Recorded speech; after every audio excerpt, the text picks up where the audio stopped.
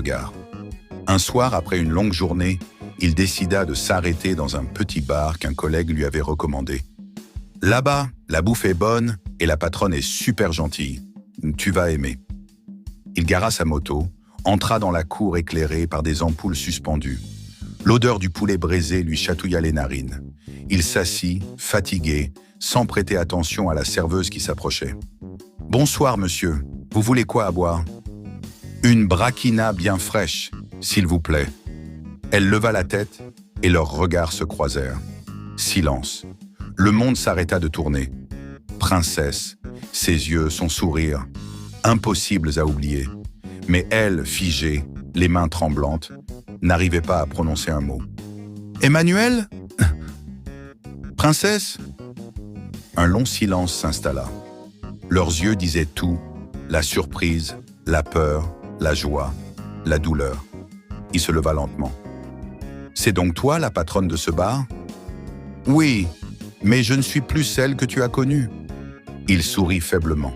« Moi non plus, je ne suis plus le même. » Elle l'invita à s'asseoir dans un coin calme.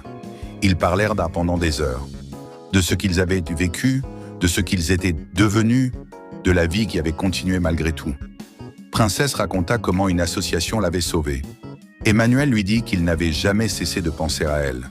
« Tu sais, cette lettre, je la garde encore, avoua-t-il. »« Tu l'as gardée ?»« Oui, parce qu'elle m'a appris que l'amour, ce n'est pas toujours posséder.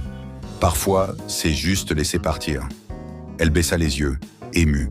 Une larme roula sur sa joue. Il la prit doucement dans ses bras.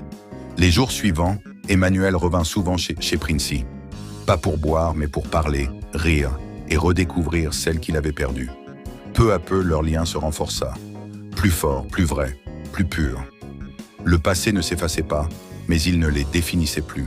Un soir, sous les lampions du bar, Emmanuel prit la main de Princesse. « J'ai failli te perdre à cause de mon uniforme.